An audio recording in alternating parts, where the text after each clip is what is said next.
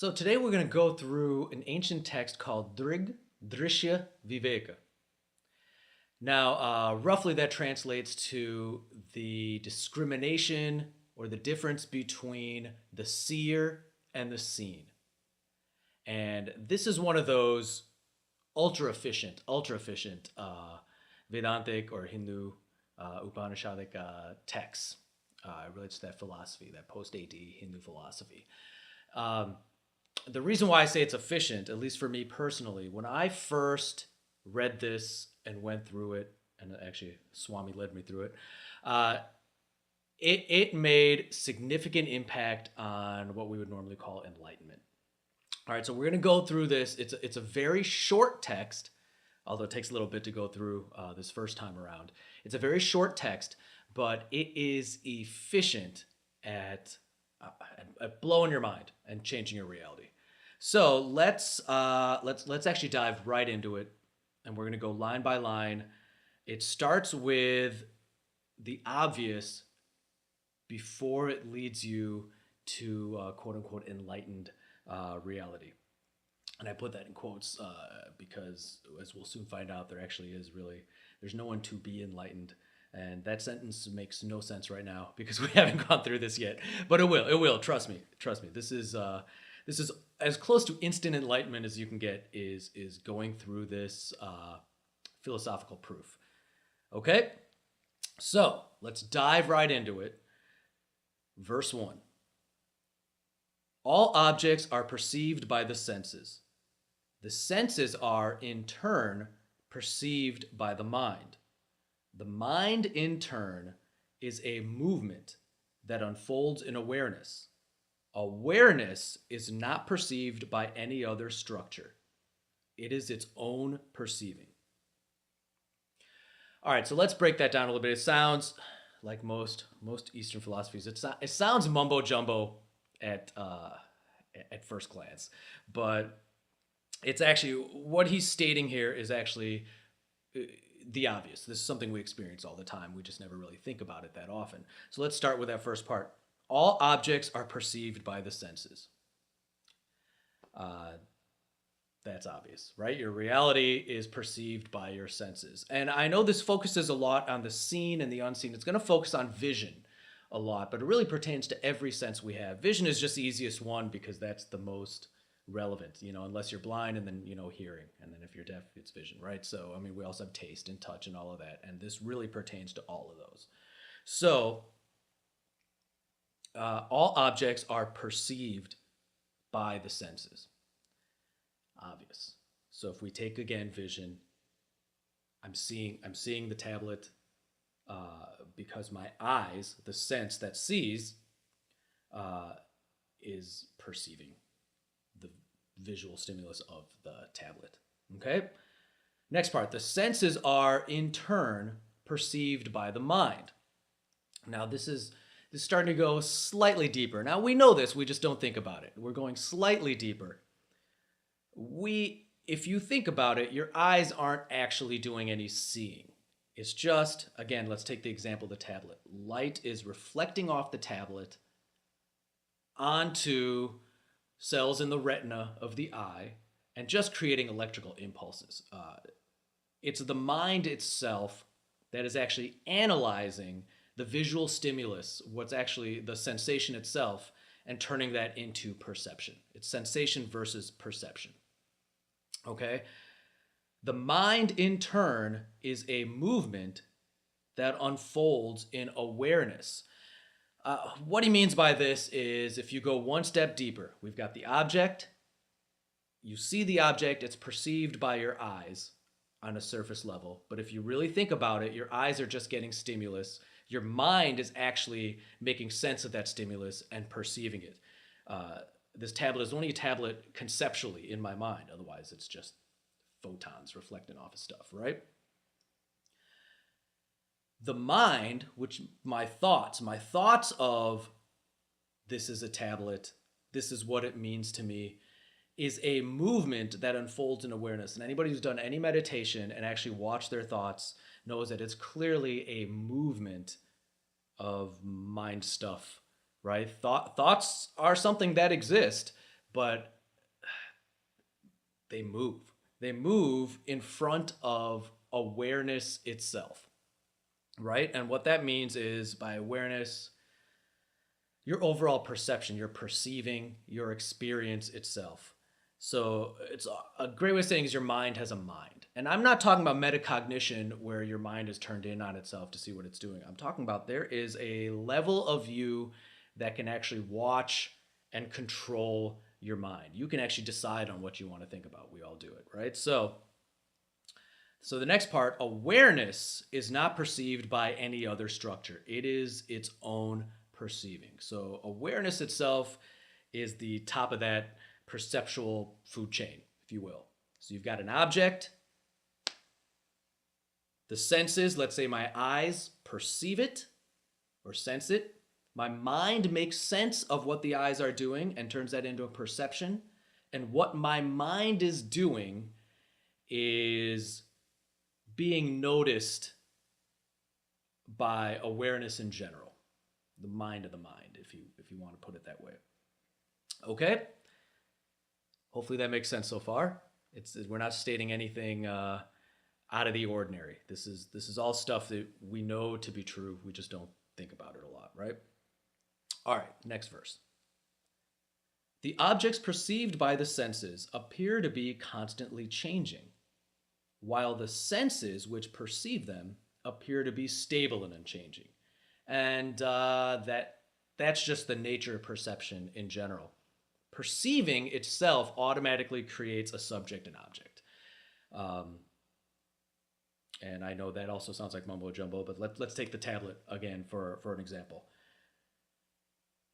When I see the tablet, really all there is, I shouldn't say all there is at this point. Let's say what's going on is the act of seeing. The act of seeing itself involves the notion of an object that's being seen and the subject, the seer itself.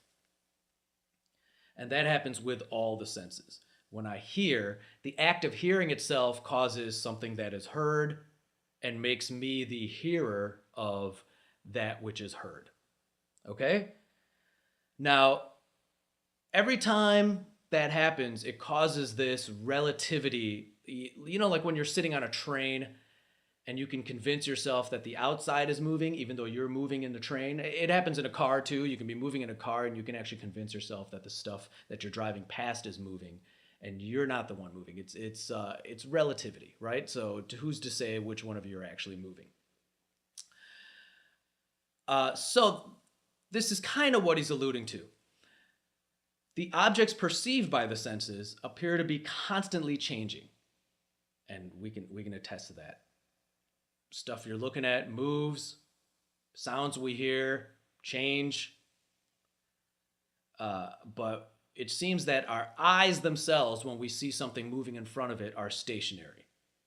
The eyes being the senses that for vision, when we perceive them, appear to be stable and unchanging, right? So, I mean, we know that not to be true, which he'll get to next, but just go with him. He's got to state the very basics first, right? So when you see something moving, it appears that that thing is actually moving and you as the seer or your eyes themselves are stationary in order for that to be seen moving, okay? Next verse. On close inspection, however, the senses are realized to be constantly changing, while the mind, which perceives these changes, appears to be stable and unchanging. Again, it's that same phenomenon. It all depends on where you want to direct what you're thinking about. All right, so on close inspection of when we see things moving around, in fact, it's our senses that are changing. The electrical impulses are firing like crazy from your retinal cells and your neurons and the little hairs in your ear that move when sound waves hit it. And it seems that our senses themselves are what's changing, giving all sorts of informational activity to the mind. And the mind is what is still and unchanging. It's sitting there, not moving, understanding all the chaotic activity that's being thrown at it from the senses. Next verse. You see where we're going with this.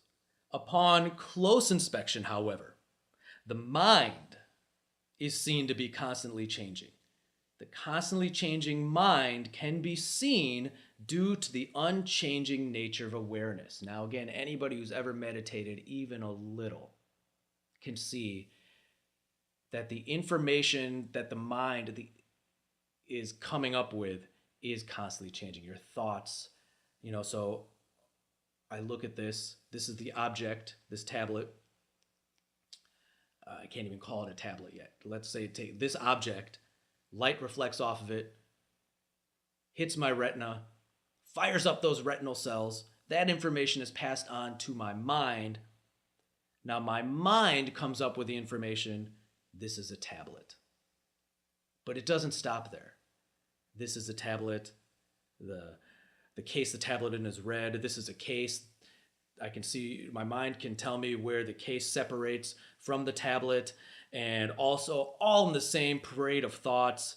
I am this person watching this, and pretty soon it delves into difference between iPads and Android tablets and Windows tablets, and which one is better. And next thing you know, I'm running through a to-do list in my head of all the stuff that I've got to do that day, right? Like the thoughts are just going crazy, right? They're going up and down and all over the place.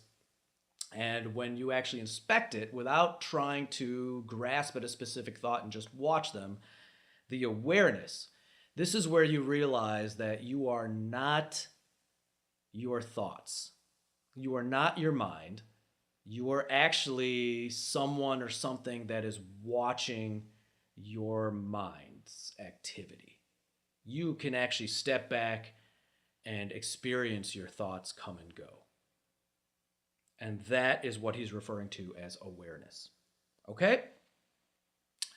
Next verse. Oh, and he's saying that awareness is stable and not changing. It's everything else that's changing. So we've got multiple levels of what's changing. Next verse. Awareness is unchanging and ever present, while all changing phenomena arise within this unchanging awareness.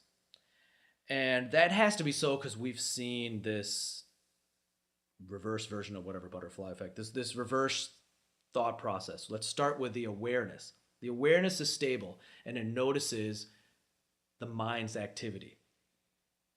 The mind's activity, however chaotic it is processing even more chaotic information from the impulses coming from the senses.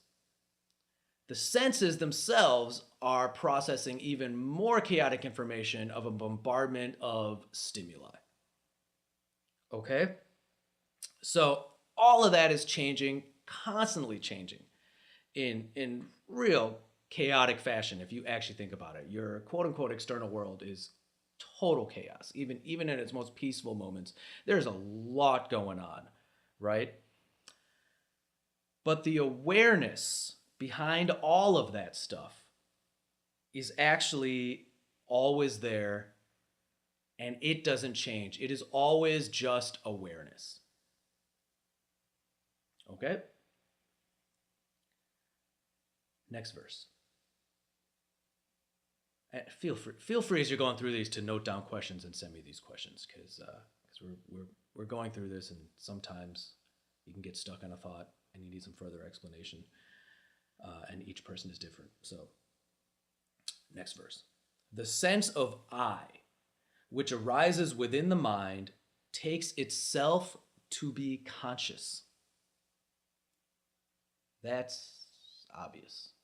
When you ask yourself, who am I? The answer is usually, I'm me, right? It doesn't go further than that. And we take ourselves to be conscious. We take the notion that this person that we are is conscious. Okay, easy enough.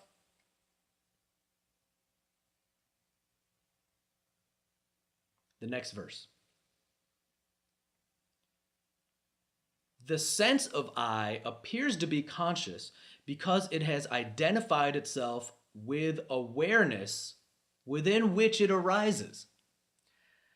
So now we're starting to go from the obvious to the brief opening of where enlightenment's going to start coming through, right? We're now taking ourselves to your mind's going to start to be blown here if you haven't come to this conclusion before. Just starting. It's just the door's cracking open and that you're about to step through. The sense of I appears to be conscious because it has identified itself with awareness within which it arises. So if you think about it, so let's go back to the mind. So let's forget about all the objects you sense, your sensations themselves, the senses themselves from vision, hearing. Let's forget about all that. We can now take for granted that that's base level stuff. Real processing is going on in our minds. And our minds are a series of moving thoughts that we are aware of. We're aware of these moving thoughts. Now, your sense of I, when we stop and really look at it, is a thought in itself. This whole concept, I am me, is a thought that arises in your mind and also dissipates in your mind, which gives way to other thoughts, like, what do I want to have for dinner? It's based on this I. Who is this I? I am me. These are all thoughts going on in your mind that you are actually aware of if you make yourself aware of them. So that sense of I seems to be conscious because it associates itself with the actual awareness that is watching it. But that I is an object itself. It's a thought. A thought is an object in your mind. The awareness is watching that thought, I am me. Okay? So, it gets a little confusing, but that's what's going on here. Your sense of I am me, is really the notion that you feel that you are a conscious being is not necessary. It's a bit of an illusion.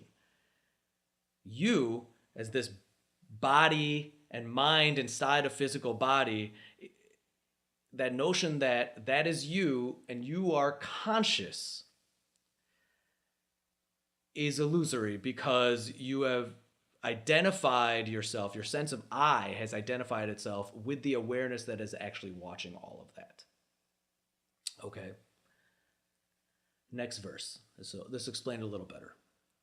The sense of I identifies itself with awareness as a result of three factors: the movement of the mind within awareness, the movement of thought within the mind, and ignorance of the awareness itself as the underlying essence.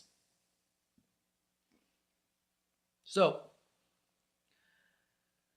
the first two parts are nothing to worry about, right? So, the I identifies itself with this awareness simply because the mind moves in front of this awareness. Thoughts move within this mind that you have, and those aren't a problem at all. The problem comes when we forget that we are actually the awareness itself that can actually see the movement or experience. See is the wrong word. See really means vision. That it can experience the movement and understand the movement of the mind itself and the thoughts within the mind. We can experience the process of how our minds create our reality. We can experience it happen. And we're actually the experiencer of that. And then we'll get, which actually gets to a little more, those of you who've actually jumped ahead in non-duality lessons will actually, your hands are going up right now saying that you can't be an experiencer of the experience. It's all just the action of experiencing itself. But let's not go there yet, okay? Just consider yourself the witness of everything that's going on right now. Just stick with that one. Next verse. The misperception of the sense of I as conscious stops upon, it actually says ceases. I've changed it to stops. The misperception of the sense of I as conscious stops upon the realization of the existence of awareness. That right there is a groundbreaking level of enlightenment that anybody can easily have access to. This is why they suggest you meditate. Meditation is not necessary. It's just extremely beneficial for this purpose right here. You stop and you actually watch your thoughts. You will eventually ask the question, if I'm watching my thoughts, who am I? If I'm noticing this concept, I am that, I can't be that. Because you cannot be the mind that you're watching. Because they're separate. There's a knower and the known. There's a seer and the seen. So if you are seeing a thought, you can't be the thought. You're the seer, not the thought that's seen. So if your thought is, I am so-and-so because of XYZ, that's just an object in your mind. You are actually the one thinking that thought. And again, as we get further, the language I'm using now in hindsight will sound a little misleading, but you've got to go with me because there's really no other way to explain it. And so I'm hopefully not confusing those who are a little more advanced in this. All right. So he's gonna go into some supporting evidence. During waking and sleeping, the I thought, meaning I am me, believes in the notion of a being a separate self. But during deep sleep, the belief in being a separate self disappears. And if you just think about it a little, I know people overanalyze this concept. This concept comes up a lot in Eastern traditions of waking, sleeping, waking, dreaming, and deep sleep as the three worlds of existence. And it gets a little confusing. It's nowhere near as complicated as everyone makes it out to be. It's just hard to explain, so people elaborate on it more than it should. Just this is all you need to know. When you're awake, you think of yourself as a person inside your body, and the rest of the world is separate from you, and it exists outside your body. This is what everyone can agree with. This is what you feel is going on when you're awake. Now, when you're dreaming, you feel you are that character in the dream, and the rest of what's going on in the dream world is separate from that character in the dream. And that's what he's getting at. But when you are in ultra deep sleep, when you're no longer dreaming and you're just asleep, where there's very little brain activity going on, there's none of that going on. You have no sense of you. It's all gone. You're in deep sleep. You have no sense of this is the world and this is what's going on. I am so-and-so and separate. None of that would make sense in deep sleep because there is no you in deep sleep. Your mind is not creating concepts. It's just not working that hard when in deep sleep. So that's what he's alluding to. Okay? I mean, the reason you don't feel separate from everything in deep sleep is because there is no you in deep sleep. There's no such concepts. Your brain cannot make such concepts when you're in deep sleep, okay? The I thought is but a modification that arises within the mind. We went over that already. The mind, identified with its own movement of I-ness, imagines an externalized world because of its association with the sensory organs, which, like the mind, are but modifications that arise with an awareness. This is that top-down I'm talking about. If if mind is something that moves within awareness itself, and your senses are something that move within the mind itself, then you can deduce that, yeah, the senses are also something that move within awareness itself. It's just, you can remove that middleman layer, that category. So think of it as categories, like those Russian dolls that you open up and more little ones come. Think of it as categories. You've got awareness. Within the category of awareness is moving mind and thoughts. Within those are sensory stimuli, your senses themselves. And then within all that is everything that you perceive as an external world. Verse 12. Who am I? What am I? Where am I? When am I? How am I? How is this world created? And who is its creator? This is the way of inquiry as to what is the ultimate truth. These are questions you should always ask yourself. Who am I? What am I? Where am I? When am I? How am I? How is this world created? And who is its creator? We're taught as we become adults to stop asking these questions, because the general consensus is there are no answers for these questions. And that's only because we haven't gone deep enough. There is a great answer to all of those questions. You just need to ask yourselves those questions and not be afraid of the answer. And it makes people uncomfortable as they get closer to the truth, because the world as you know it starts to crumble away. You can question your sanity sometimes. So if you're doing it in this guided process, you know a little more what to expect and not be frightened when the world as you know it starts to crumble away intellectually. I mean, it obviously doesn't physically crumble away, but intellectually how you view it starts to change. Okay? Next verse. I have a body, but I am more than this body. The body is comprised of the elements, but I am more than these elements. I have these 5 senses and mind, but I am more than these 5 senses and mind.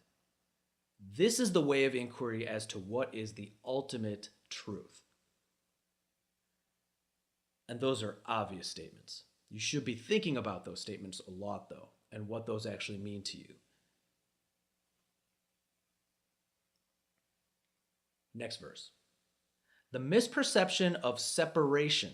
And by separation, he's talking about this notion that I am this thing and everything else around me is separate from me as this thing.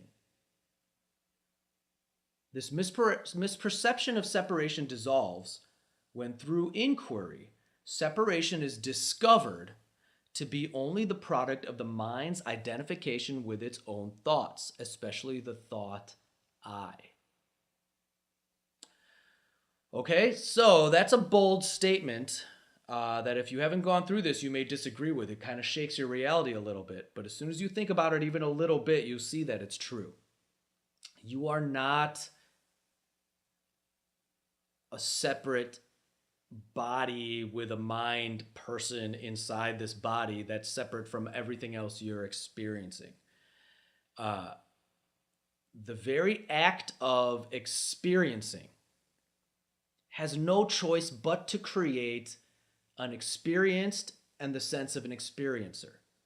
The act of seeing has no choice but to create an object that is seen and the notion of a seer. And by sheer necessity or inevitability, you will associate yourself as the seer. The act of seeing creates the illusion that there is something being seen. It has to. It has no choice. It's part of the whole process. It wouldn't make sense without it. That there is something to be seen that is being seen, and that there is a seer seeing that scene. It divides it into two. There is an act of seeing that divides your reality into two things, what is being seen and a seer. And by inevitability, your mind is going to associate that awareness and your sense of I with the seer. It's a very natural phenomenon. The problem comes when we take it for granted and we lose our suspension of disbelief over what we're actually experiencing. In reality, there is really only the act of seeing. So if I'm seeing the camera in front of me, I'm seeing this, and I say that in language, but in reality, upon inspection, there's only the act of seeing. The notion that there is this that I'm seeing and me as a seer is noise or artifacts. It's